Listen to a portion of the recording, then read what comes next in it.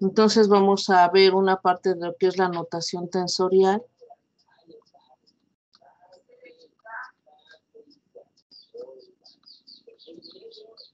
Es la notación tensorial.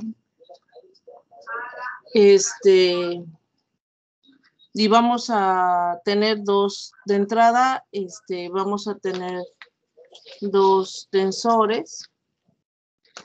Vamos a tener dos tensores. Ahorita explico que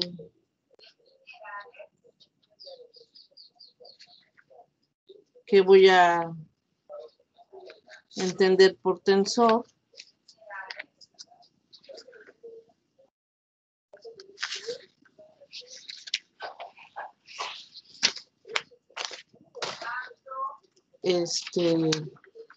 Entonces vamos a ver, creo que esta es la reunión, creo que es la 39, la semana 11. Ahorita checo, y hoy es 27 de abril.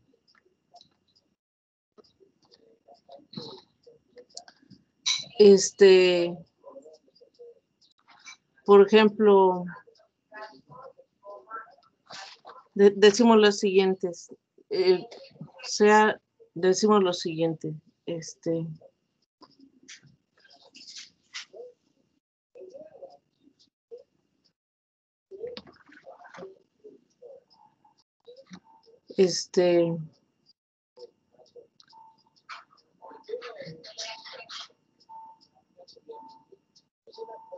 vamos a decir lo siguiente. Las componentes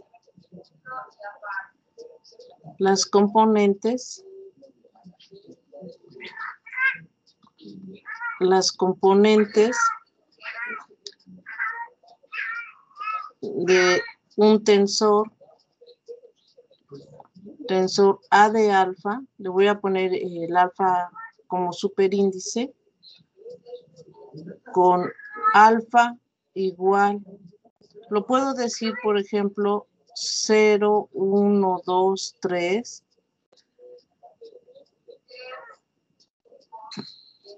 Corresponden,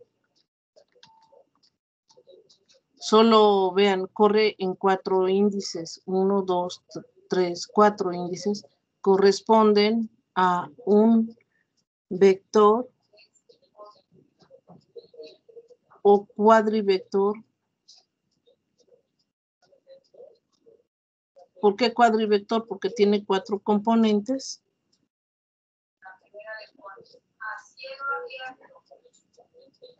Esto es un vector en cuatro dimensiones.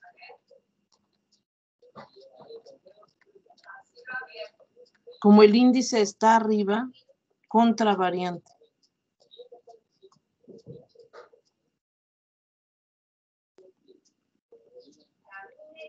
Contravariante.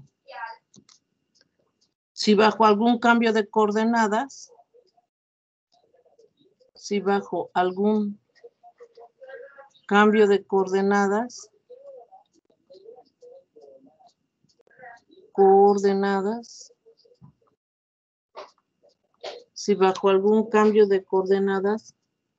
estas se transforman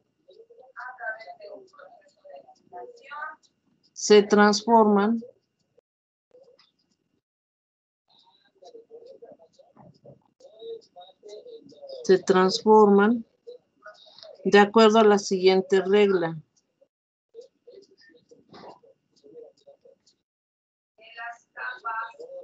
A la siguiente regla. La regla es la siguiente. Vean, este vector tiene un índice solo arriba. El índice arriba se llama contravariante. Así es. Contravariante.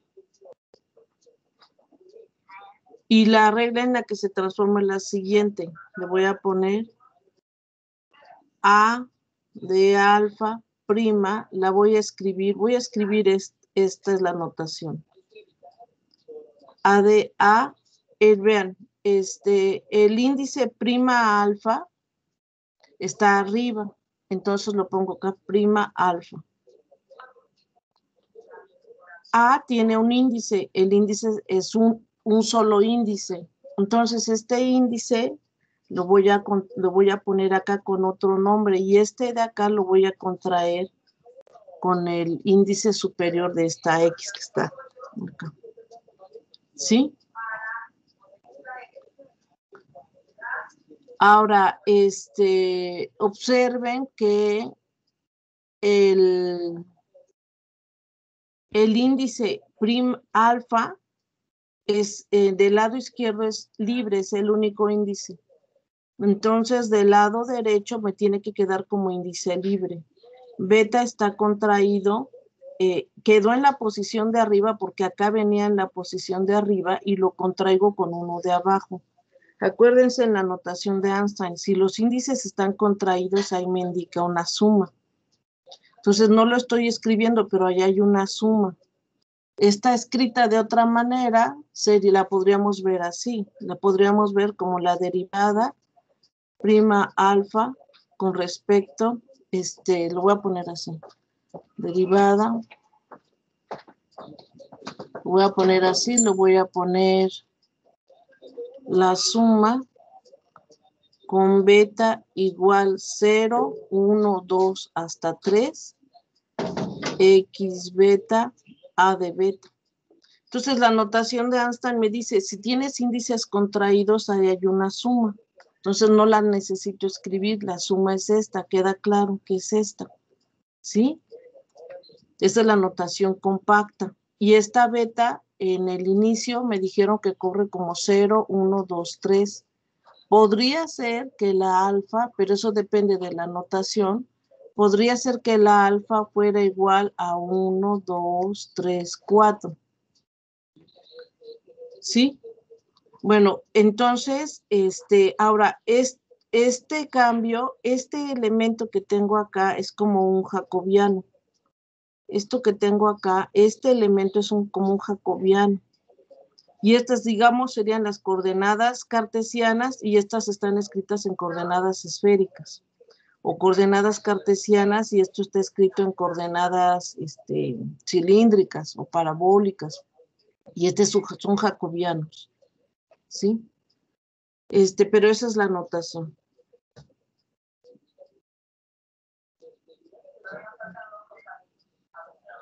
Decimos entonces que este índice alfa es el índice libre. El índice libre. Si es el índice libre, debe aparecer solo una vez a la izquierda. Puede estar a la derecha, pero solo una vez. Y beta aparece contraído. ¿Sí? Beta tiene que estar contraído. Esa contracción me indica esta suma. ¿Sí? Entonces lo voy a escribir acá en que no se vea sucio. Yo pondría A' alfa es igual. Esta es la notación con la que vamos a trabajar. El Arfken tiene otra notación.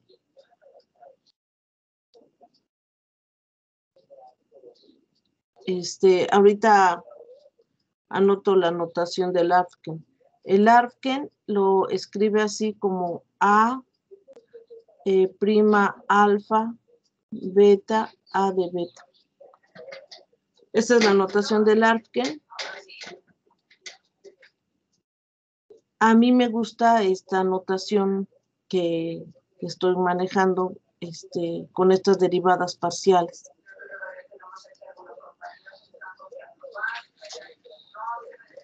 Por ejemplo,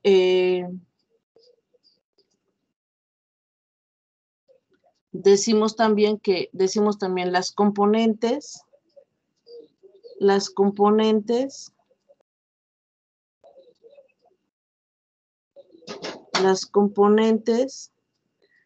ahora lo voy a escribir como A de alfa, pero el alfa abajo, como un subíndice, con alfa igual a 0, 1, 2, 3. Lo podré yo escribir alfa igual a 1, 2, 3, 4. La cosa es que son 4 índices. Alfa corresponde a un vector covariante, corresponde a un vector covariante. Cuando el índice está abajo se llama covariante. Covariante. Si bajo cierto cambio de coordenadas,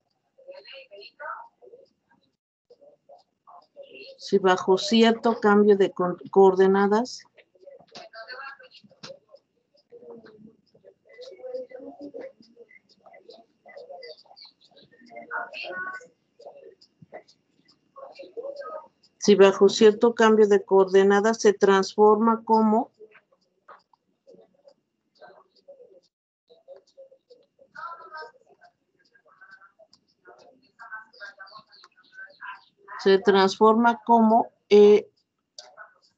como es covariante, vamos a usar la misma definición, sería A' alfa. Voy a escribir estas derivadas parciales. El alfa está contraído, el alfa es índice libre, pero está abajo. La prima me dice que paso de un sistema de coordenadas a otro. Como está asociado al índice de abajo, lo voy a poner acá. Prima alfa. Y acá me quedaría A. A tenía un índice como subíndice. Entonces, como subíndice, acá voy a poner un símbolo, voy a poner beta. Pero beta debe estar contraído. Si está abajo, lo debo contraer arriba. ¿Sí? Y esa contracción me habla de la suma. ¿Sí? Este término que tengo acá, repito, es un jacobiano. ¿Cómo se calculan los jacobianos? La clase pasada calculamos unos cuando pasamos de coordenadas a coordenadas esféricas. Estos son los jacobianos. Este término es un jacobiano. Es un jacobiano, ¿sí? Entonces me está haciendo pasar de un sistema de coordenadas a otro tipo de sistema de coordenadas, ¿sí? Y esa es la notación compacta, ¿sí? Ahora, por ejemplo, podemos decir que si tenemos un tensor de rango 1, el rango del tensor tiene que ver con cuántos índices tiene. Entonces, puede ser un tensor de rango 1, le voy a poner un tensor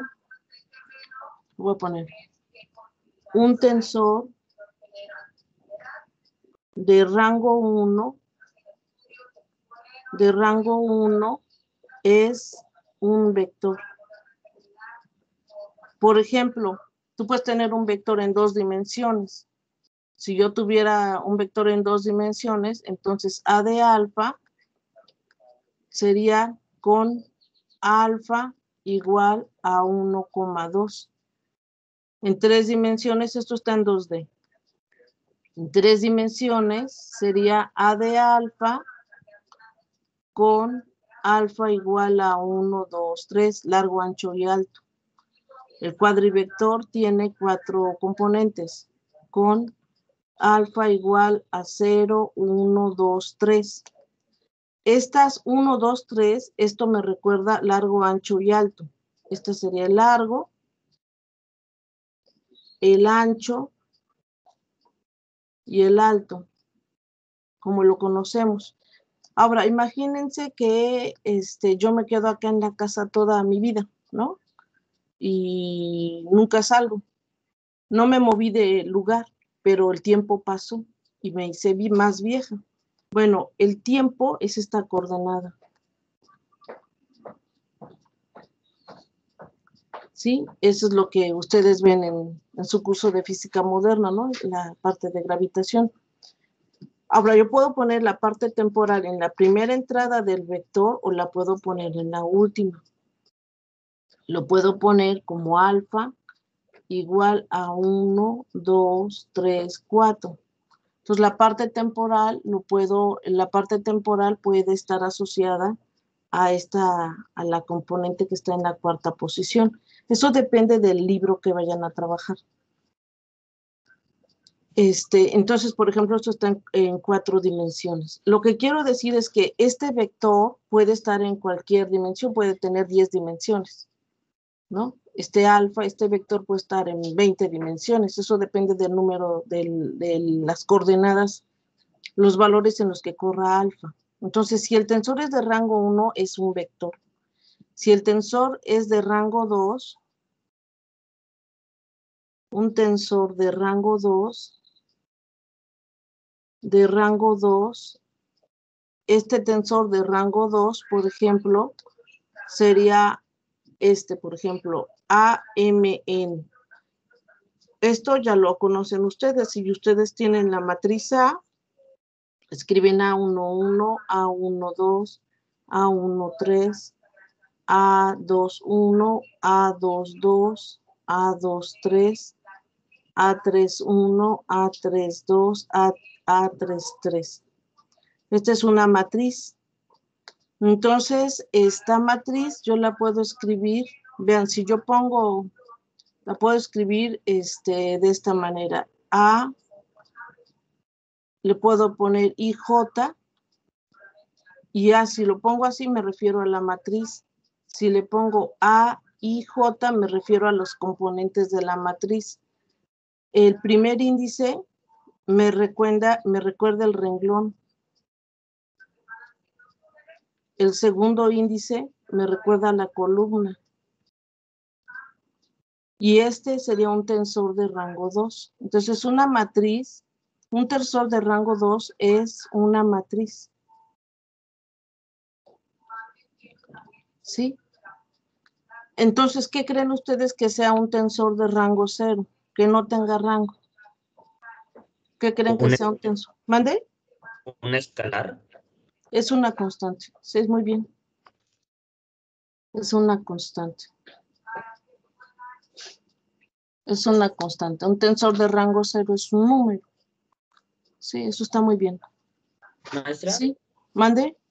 Yo me quedé con la duda de ahorita que dijo el tensor de rango 1 del vector, que dijo que pues se puede agregar la componente temporal, pero Sí, me entró la duda de que usted dijo que se puede poner al principio y al final. sí. Y por ejemplo, bueno, ahí a la derecha que veo que tiene el componente 0, 1, Uh-huh. pues como que siento que se puede entender el 0 como el temporal, pero Sí, abajo lo puso al final, que puso el sí, 4. sí. Entonces, ¿no se podría confundir ese con un elemento del vector? ¿O No, solamente los vectores pueden llegar hasta el rango 3? no, Hasta no, no. con... Si estás, por ejemplo, en el libro del Jackson, o algunos libros de gravitación, el vector, la parte temporal, depende del libro. Lo pueden poner en la primera posición o en la última.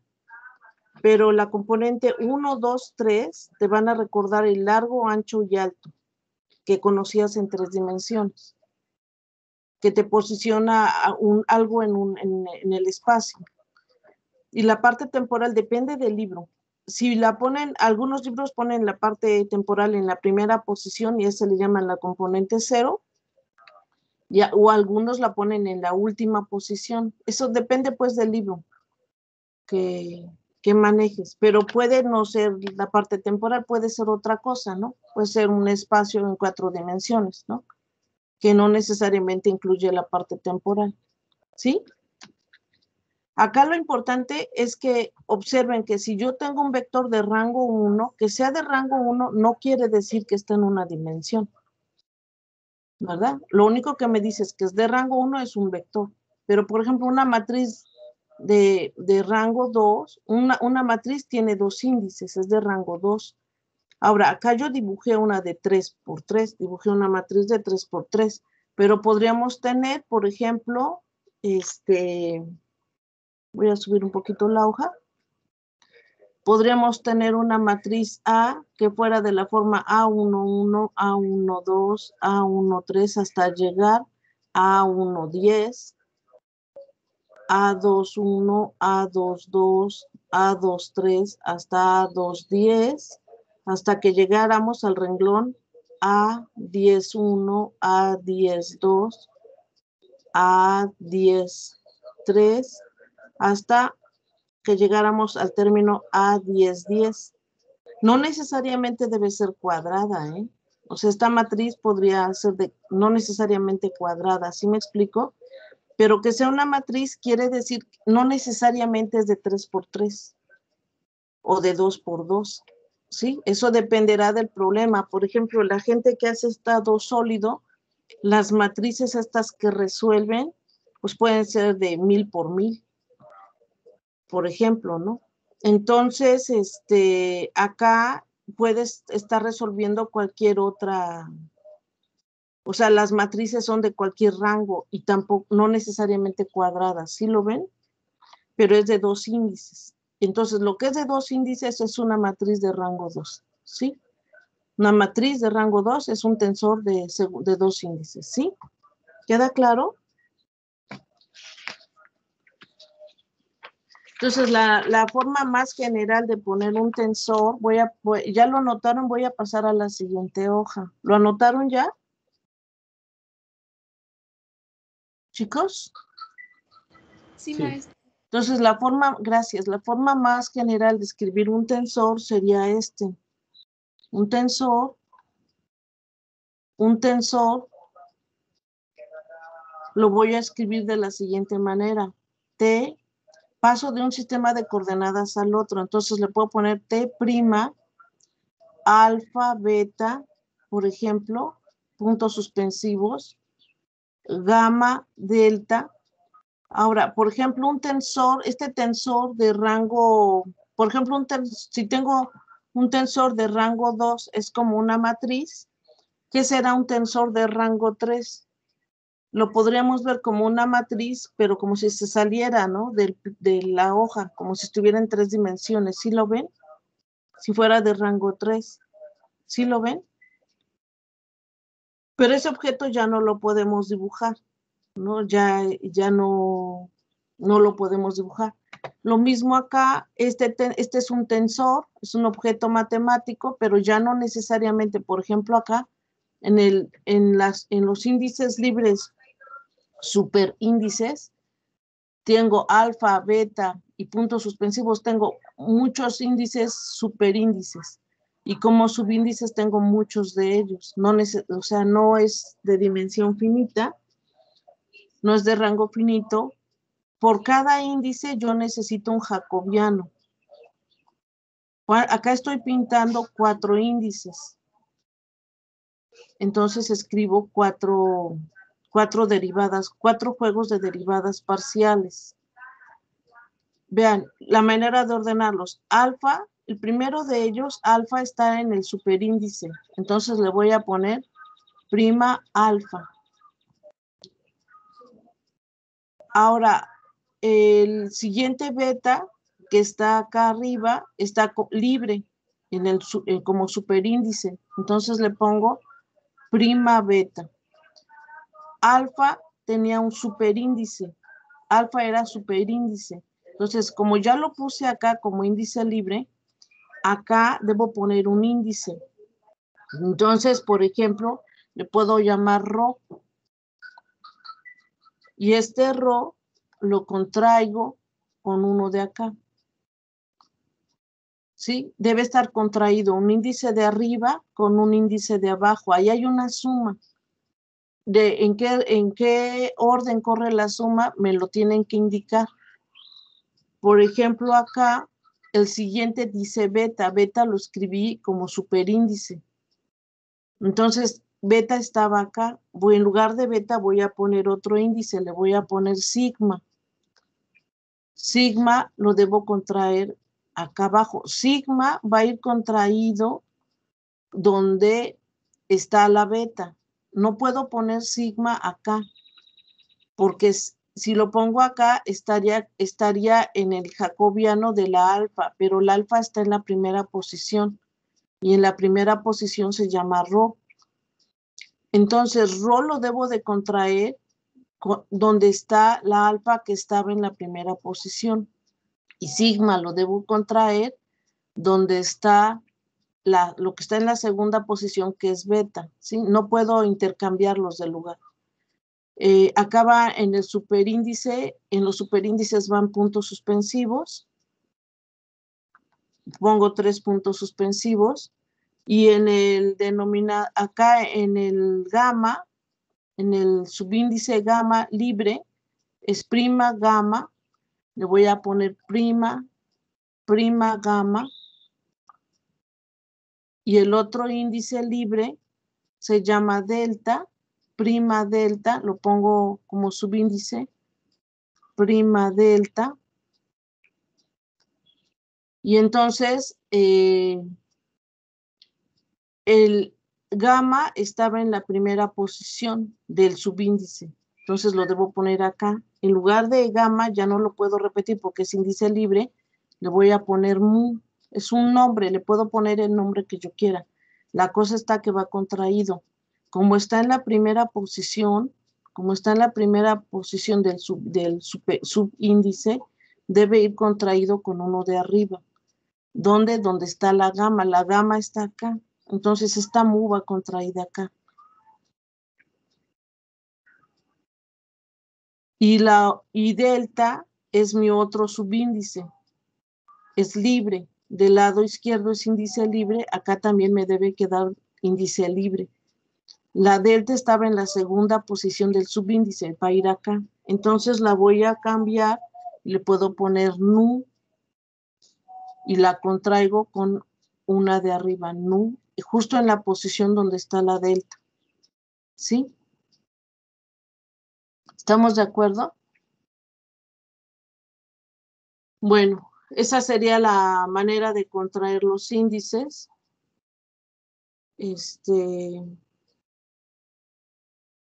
Acá le pongo puntos suspensivos T, así, puntos suspensivos. ¿Sí? Esa sería la manera de contraer los índices. Ahora acá no estoy diciendo de qué rango es el tensor, pero esa es la manera en la que se transforma un tensor, de esta manera. ¿Sí? Les vuelvo a repetir. Gamma es índice libre, pero está como subíndice, lo pongo acá con el prima. Y debo contraer la mu de arriba con una mu de abajo. ¿Sí? Esa es la manera en la que se transforma el tensor. Sí, entonces este tensor, esta es la manera general en la que se transforma un tensor. Vamos a ir haciendo algunos ejemplos. Vamos a ir haciendo algunos ejemplos.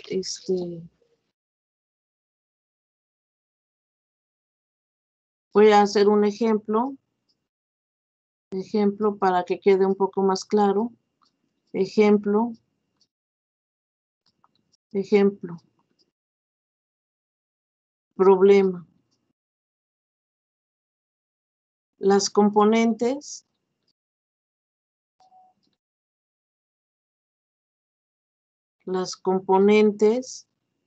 de un tensor covariante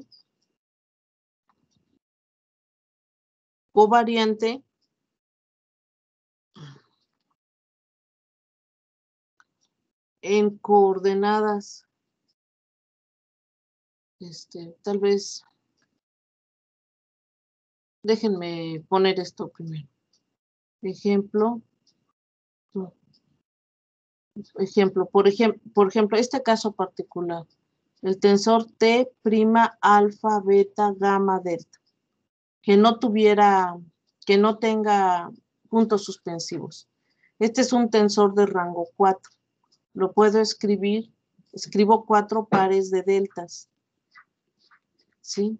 Escribo 4, una por cada índice. Voy a escribir como superíndices, pongo prima alfa, prima beta. Acá voy a poner T, es el tensor, contraigo en lugar de donde está el alfa, le voy a poner los índices que tengo acá, voy a poner rho, contraído con y voy a poner sigma como superíndice, contraído con uno de abajo. La mu como subíndice va contraído con uno de arriba y la nu como subíndice va contraído con uno de arriba. Y los índices libres serían prima gamma y el otro sería prima delta. Eso serían mi tensor. Este es un tensor, escrito así, este es un tensor de rango 4. Tensor de rango, así se lee, tensor de rango 4, decimos que es 2 veces contravariante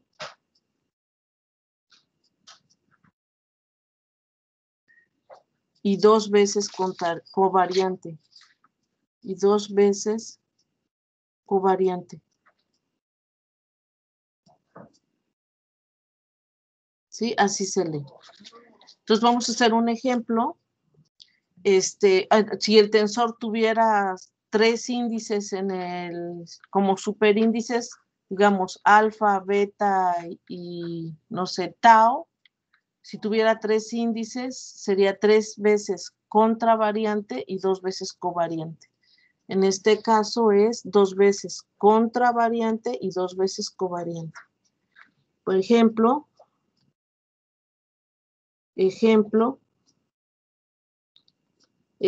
las componentes de un tensor covariante.